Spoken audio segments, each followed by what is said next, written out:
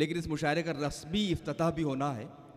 میں گزارش کرتا ہوں مسز شریف سے کہ وہ تشریف لائیں، وی آر شریف سے کہ وہ تشریف لائیں اور اس مشاعرے کا افتتاحی شمع روشن کر کے کریں. ساتھ ہی میں محترم محمد سہیل لوکھنڈ والا صاحب سے بھی گزارش کروں گا.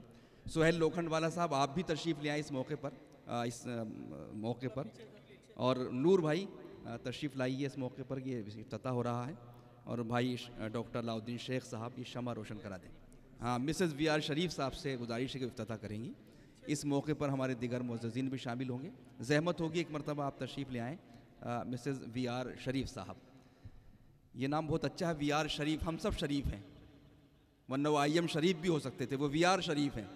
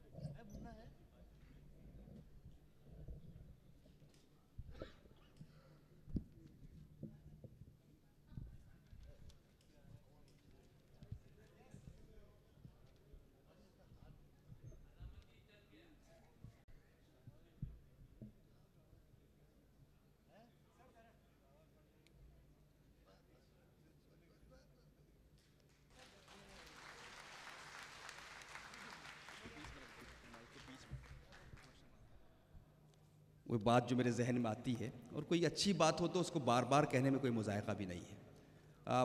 بات یہ ہے کہ جب ہم یہ شمع روشن کرتے ہیں، ہماری بڑی پرانی تہذیب ہے، بہت پرانی روایت ہے. لیکن سوال یہ اٹھتا کہ اس ترقی کے زمانے میں جب ہم خلاؤں کا سفر کر رہے ہیں، جب پوری دنیا سمٹ کر ہماری مٹھی میں آ گئی ہے، پوری دنیا ایک نیٹ کے اندر تبدیل ہو چکی ہے، جب آپ ایک سوئچ سے ہزاروں ٹیوب لائٹیں روشن کر سکتے ہیں، ایک ریموٹ سے بہت سے بلب جلا سکتے ہیں، تو سوال اٹھتا ہے کہ ہم یہ شمع کیوں روشن کرتے ہیں ترقی کے زمانے میں؟ اتنی ترقی ہم نے کر لی ہے، پھر اس روایت کو ہم نے اپنے سینے سے کیوں لگا رکھا ہے؟ کیوں ہم اس روایت سے چپٹے ہوئے ہیں؟ تو اس سوال کا جواب جو مجھ طالب علم کی سمجھ میں آتا ہے، وہ اکثر میں اپنے دوستوں سے شیئر کرتا ہوں. سوال یہ ہے کہ ہم ترقی کے زمانے میں شمع کیوں روشن کرتے ہیں جب ایک سوئچ آن کر کے ہم بہت سی ٹیوب لائٹ جلا سکتے ہیں، ایک ریموٹ سے بہت سے بلب جلا سکتے ہیں؟ اس سوال کا جواب یہ ہے کہ ایک بلب کی مدد سے آپ دوسرا بلب نہیں جلا سکتے، لیکن اس شمع کی مدد سے آپ ہزاروں لاکھوں شمعیں روشن کر سکتے ہیں.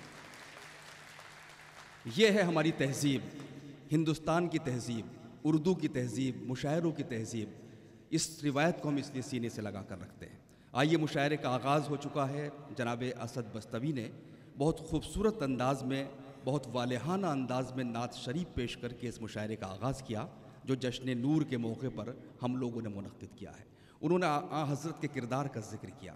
یہ سب سے بڑی سچائی ہے کہ آپ محبوب تھے، خدا تعالیٰ کے محبوب ہیں، ایسے بندے ہیں کہ کوئی دوسرا نہیں ہو سکتا.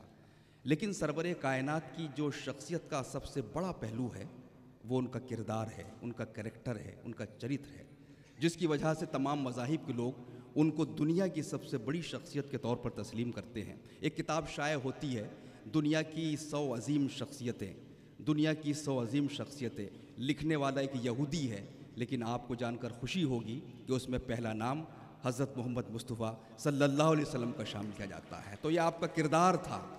اس کردار کو ہمیں بچانا ہے. ہمیں اپنے کردار سے یہ ثابت کرنا ہے کہ ہم آپ کی امت میں ہیں. ان کا کردار ہی ہمیں ذلت و رسوائی سے بچا سکتا ہے.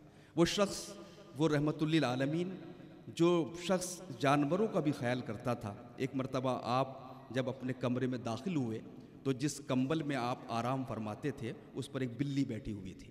آپ کو سونا تھا، لیکن وہ بلی بیٹھی تھی. آپ نے اس کو، بلی کو ڈسٹرب نہیں کیا.